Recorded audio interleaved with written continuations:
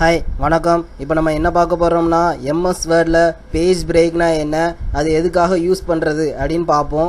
பார்த்தீங்கன்னா இந்த டாக்குமெண்ட்டில் பார்த்தீங்கன்னா இன்ட்ரோடக்ஷன் சாப்டர் 1 சாப்டர் 2 அப்படின்னு இருக்குது. இப்போ உங்களுக்கு இந்த சாப்டருங்க வர்றது எல்லாமே உங்களுக்கு தனி பேஜில் அப்படி ஸ்டார்ட் ஆகணும் அப்படின்னா நியூ பேஜ் வர்ற வரையும் இந்த மாதிரி என்ட்ரு அமுக்கிட்டு வரணும்னு அவசியம் கிடையாது. இப்போ எந்த பேராகிராஃப் இல்லைனா ஹெட்டிங் வந்து உங்களுக்கு நியூ பேஜுக்கு வரணுமோ அந்த பேராகிராஃப் ஹெட்டிங்க்கு முன்னாடி இந்த கர்சரை வச்சுக்கோங்க. இப்போ பார்த்தீங்கன்னா இந்த சாப்டர் 1 வந்து எனக்கு நியூ பேஜில் வரணும், அதனால இந்த சாப்டர் 1க்கு முன்னாடி கர்சரை வச்சுட்டேன். கர்சரை வச்சுட்டு இப்போ மெனு டேப்பில் பார்த்தீங்கன்னா லே அவுட்னு இருக்கா, இந்த லே அவுட்டை வந்து கிளிக் பண்ணுங்க.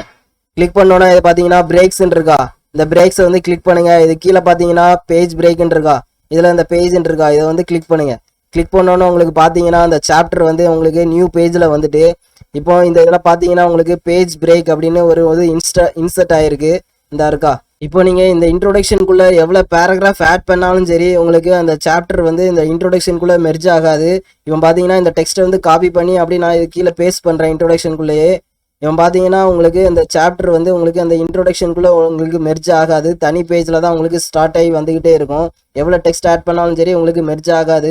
உங்களுக்கு ஹெட்டிங்னாலும் சரி பேராகிராஃப்னாலும் சரி எது உங்களுக்கு ஃப்ரெஷ் பேஜில் ஸ்டார்ட் ஆகணுமோ இந்த பேஜ் பிரேக் கொடுத்தா போதும். உங்களுக்கு அதுக்கு முன்னாடி எவ்வளோ டெக்ஸ்ட் ஆட் பண்ணாலும் சரி உங்களுக்கு அது ஃப்ரெஷ் பேஜில் தான் உங்களுக்கு கண்டினியூஸாக வந்துக்கிட்டே இருக்கும். இப்போ பார்த்தீங்கன்னா இந்த சாப்டர் 1ல் பார்த்தீங்கன்னா இந்த கோட்ஸ் இருக்கா, இந்த கோட்ஸ் வந்து எனக்கு ஃப்ரெஷ் பேஜில் ஸ்டார்ட் ஆகணும் அப்படின்னா ஜஸ்ட் அந்த கோட்ஸ் முன்னாடி கர்சர் வச்சுக்கோங்க. வச்சுட்டு இப்போ பேஜ் பிரேக் கொடுங்க. ஷார்ட்கட் வந்து கண்ட்ரோல் என்டர், கண்ட்ரோலும் என்ட்ரியும் அமுக்குனீங்கன்னா உங்களுக்கு இந்த பேஜ் பிரேக் வந்துடும். இப்போ பார்த்தீங்கன்னா நான் கண்ட்ரோல் என்டர் அமுக்கினோன்னே எனக்கு அந்த பேஜ் பிரேக் வந்து இன்சர்ட் ஆகிட்டு இப்போ பார்த்தீங்கன்னா அந்த கோட்ஸ் வந்து எனக்கு ஃப்ரெஷ் பேஜில் ஸ்டார்ட் ஆகிட்டு இப்போ இந்த சாப்டர் 1 கூட நான் நிறைய டெக்ஸ்ட் வந்து ஆட் பண்ணுறேன். பார்த்தீங்கன்னா தெரியும் இந்த கோட்ஸ் வந்து இந்த சாப்டர் 1 கூட எனக்கு மெர்ஜ் ஆகலை, அது ஃப்ரெஷ் பேஜில் தான் உங்களுக்கு ஸ்டார்ட் ஆகி வந்துக்கிட்டே இருக்கும். இந்த சாப்டர் 2 உங்களுக்கு ஃப்ரெஷ் பேஜில் ஸ்டார்ட் ஆகணும் அப்படின்னா கண்ட்ரோல் என்டர் கொடுங்க. என்டர் கொடுத்தா பேஜ் பிரேக் இன்சர்ட் ஆயிரும். அப்படி இல்லாட்டினா இன்னொரு ஆப்ஷன் இருக்குது, இந்த மெனு டேப்பில் பார்த்தீங்கன்னா இன்சர்ட்னு இருக்கா, இந்த இன்சர்ட் வந்து கிளிக் பண்ணுங்க. இதில் பார்த்தீங்கன்னா இந்த இருக்கா பேஜ் பிரேக்னு, இதுவும் அதே தான்.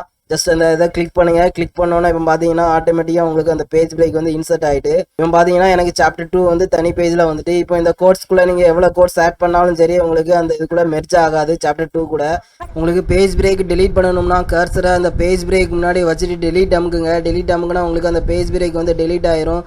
வீடியோ பிடிச்சிருந்தா சப்ஸ்கிரைப் பண்ணுங்கள், லைக் பண்ணுங்கள். தேங்க்யூ.